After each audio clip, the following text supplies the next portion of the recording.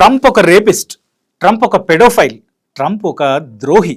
Trump ఒక్కడే కాదు, అక్కడున్న వాళ్ళంతా ఇట్లాంటి వాళ్ళే. ఇలాంటి వాళ్ళందరినీ లేపేయడమే నా టార్గెట్.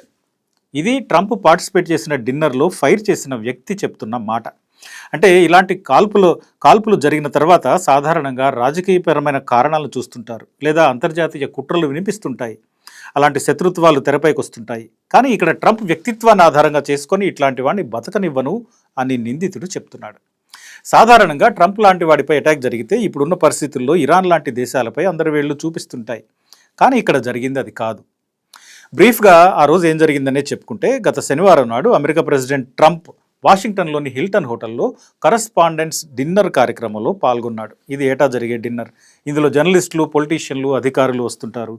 ఇట్లా శనివారం నాడు డిన్నర్ జరుగుతున్న టైంలో అక్కడ అమెరికా ప్రెసిడెంట్ ట్రంప్ ఉన్నాడు, వైస్ ప్రెసిడెంట్ జేడీ వాన్స్, విదేశాంగ మంత్రి Mark Rubio, defence minister Pete Hegseth, ఇట్లా చాలామంది సెలబ్రిటీలు, జర్నలిస్టులు, పొలిటీషియన్లు చాలామంది ఉన్నారు. సరిగ్గా ఆ సమయంలో ఫైరింగ్ జరిగింది. ఫైరింగ్ శబ్దం వినగానే ప్రెసిడెంట్, వైస్ ప్రెసిడెంట్ ఇద్దరిని తరలించేశారు. ఈ ఘటనలో ఎవరికి ఏం కాలేదు. ఫైరింగ్ చేసిన వ్యక్తిని పోలీసులు అరెస్ట్ చేశారు. ఇది జరిగిన ఘటన. ఇప్పుడు ఆ ఫైరింగ్ చేసిన వ్యక్తి చెప్తున్న మాటలే సంచలనంగా మారుతున్నాయి. ఫైరింగ్ చేసిన వాడు అంతకుముందు నేరాలు చేసిన వాడు కాదు, ఎలాంటి నేర చరిత్ర లేదు. అతడు 31 ఏళ్ల వ్యక్తి కోల్ థోమస్ ఎలెన్. ఇతను కాలిఫోర్నియాలో ఉంటాడు. కాలిఫోర్నియా స్టేట్ యూనివర్సిటీ నుంచి మాస్టర్స్ చదివాడు కంప్యూటర్ సైన్స్లో. నాసాలో రీసెర్చ్ ఫెలోగా పనిచేశాడు. లాస్ ఏంజల్స్లో టీచర్గా పనిచేస్తూ బెస్ట్ టీచర్ అవార్డు తీసుకున్నాడు. అంటే సమాజంలో గౌరవనీయంగా బతుకుతున్న ఒక సాధారణ వ్యక్తి. మరి అతను ట్రంప్ను ఎందుకు చంపాలనుకున్నాడు? ఈ విషయాన్ని అతను చాలా క్లియర్గా చెప్పాడు. కోల్ థోమస్ ఎలెన్, ఇతనే ఆ ఫైర్ చేసిన వ్యక్తి, కాల్పులకు కొద్ది నిమిషాల ముందు ఒక మెసేజ్ని రెడీ చేసి తన ఫ్యామిలీ మెంబర్స్కి పంపాడు. ఇందులో ట్రంప్ ఒక పెడోఫైల్, రేపిస్ట్, ద్రోహి, ఇట్లాంటి వాడిని చంపి తీరాల్సిందే అని రాశాడు. ట్రంప్ ఒక్కడే కాదు, అతని మేనిఫెస్టోలో ట్రంప్ ప్రభుత్వంలోని ఉన్నతాధికారులు చాలామంది ఉన్నారు.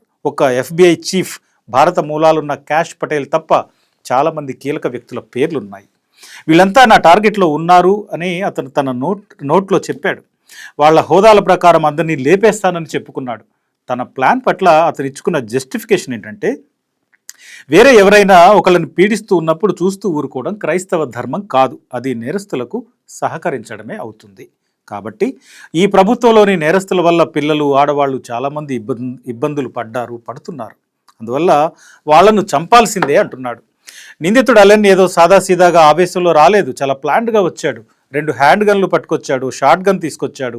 కట్టుదిట్టమైన భద్రత ఉన్న సెక్యూరిటీ చెక్ పోస్ట్ను దాటుకొని లోపలికి వెళ్ళాడు. కాల్పులకు దిగాడు. చివరికి పోలీసులు అతన్ని అదుపులోకి తీసుకున్నారు. అయితే ఇక్కడే కొన్ని సందేహాలు వస్తున్నాయి.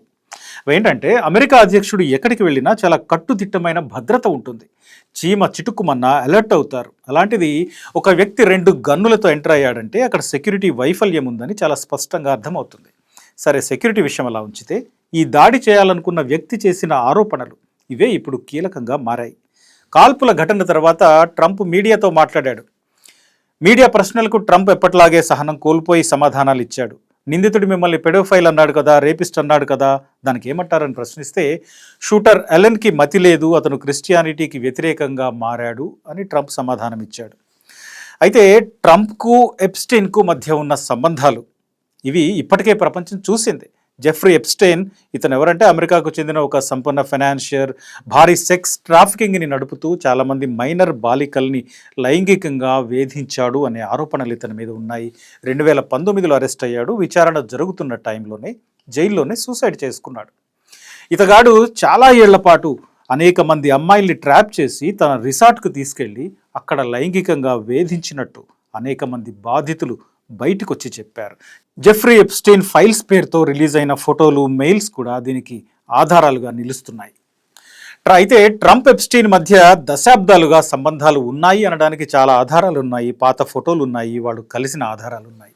అయితే ట్రంప్ కూడా స్వయంగా ఎంతోమందిని లైంగికంగా వేధించాడు అనే ఆరోపణలు అనేక సందర్భాల్లో వినిపించాయి. ట్రంప్ రచయిత్రి జీన్ క్యారోల్ మధ్య చాలా ఏళ్ల పాటు కేసు నడిచింది.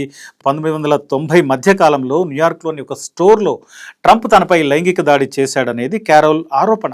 ఈ కేసులో ట్రంప్ 100 కోట్ల పరిహారం కట్టాలని కూడా న్యూయార్క్ కోర్టులు తీర్పునిచ్చాయి. ఇక జెఫ్రీ ఎప్స్టైన్ ఇంట్లో 1994లో ట్రంప్ లైంగిక దాడి చేశాడని జేన్ డో అనే మహిళ ఆరోపించింది. ఇట్లా 1970s నుంచి ఇప్పటి వరకు 28 మందికి పైగా మహిళలు ట్రంప్ మీద అసభ్య ప్రవర్తన, బలవంతపు ముద్దులు లేదా లైంగిక వేధింపులు దీనికి సంబంధించిన ఆరోపణలు చేశారు. ఇవన్నీ చూసిన తర్వాత అమెరికా అధ్యక్షుడు ఇలాంటివాడా అనిపించక మానదు. అదే సమయంలో ప్రపంచం మొత్తాన్ని వణికించేస్తానని చెప్పుకునే అమెరికా అధ్యక్షుడు ఇప్పుడు ఒక్క బుల్లెట్ శబ్దానికి టేబుల్ కింద తలదాచుకునే పరిస్థితి వచ్చింది.